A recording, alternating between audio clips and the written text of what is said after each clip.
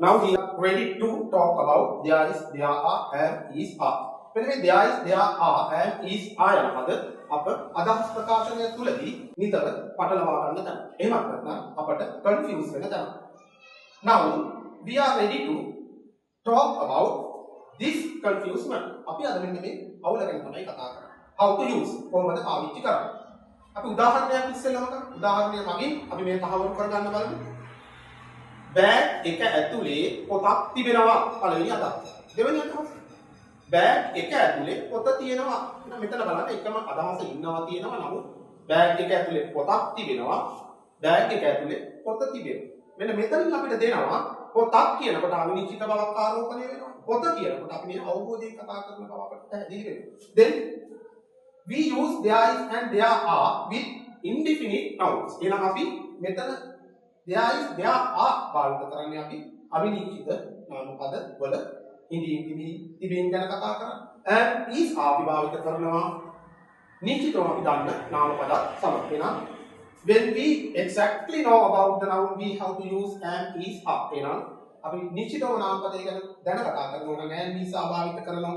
when we don't know exactly about the noun we have to use and is are. එහෙනම් නාම පදය ගැන නිශ්චිතව නොදැන සිටින අවස්ථාවක and is are වලට යනවා.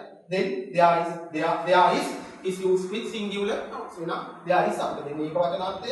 there are used with plural nouns. එහෙනම් there are භාවිත කරන බව වචනාර්ථය. and is used with I. එහෙනම් I කියන උක්තියත් එක්ක and භාවිත වෙද්දී is used with singular nouns. එහෙනම් is භාවිත කරනවා අපි ඒක වචන පදත් එක්ක. are is used with plural nouns. එහෙනම් භාවිත කරන්නේ බව වචන පදත් එක්ක. now try to solve this with some examples. දැන් අපි බලමු මේක විසඳගන්න උදාහරණ හරි.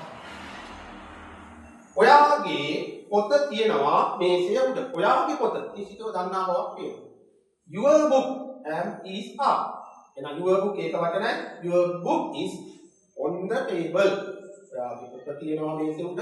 Your book is on the table. පොතක් තියෙනවා මේසය උඩ. There is a book on the table. අපි කියන ගුරුවරයෙක් ඉන්නවා කාර්යාලය ඇතුලේ. ගුරුවරයෙක් අවිනිශ්චිතයි. There is a teacher in the office. ගුරුවරයා ඉන්නවා කාර්යාලය ඇතුලේ. The teacher is in the office. Next. මේසය උඩ පොත් වගයක් තියෙනවා. වගයක් ටිකක්. එහෙනම් මෙතන අපි ටිකක් වගයක් කියනකොට some කියන පදේ භාවිත කරනවා. some කියද්දී අපිට ටිකක් එකට වඩා වැඩි බව නිසා අපි මෙතන බහුවචනාර්ථය දෙනවා. කොහොමනම් බලමු. ටිකක් අවිනිශ්චිතයි. There are some books on the table. There are some books on the table. නමුත් අපි කියනවා ඔයාගේ පොත් තියෙනවා මේසය උඩ.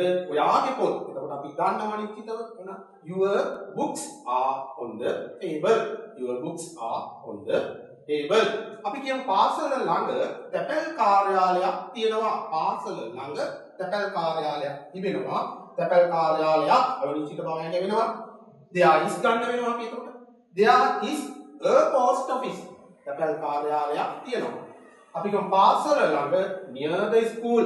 there is a post office near the school. අපි කියමු තැපැල් කාර්යාලය තියෙන්නේ පාසල ළඟ. තැපැල් කාර්යාලය අපි දැනගෙන කතා කරනවා. then the post office is near the school. The post office is near the school.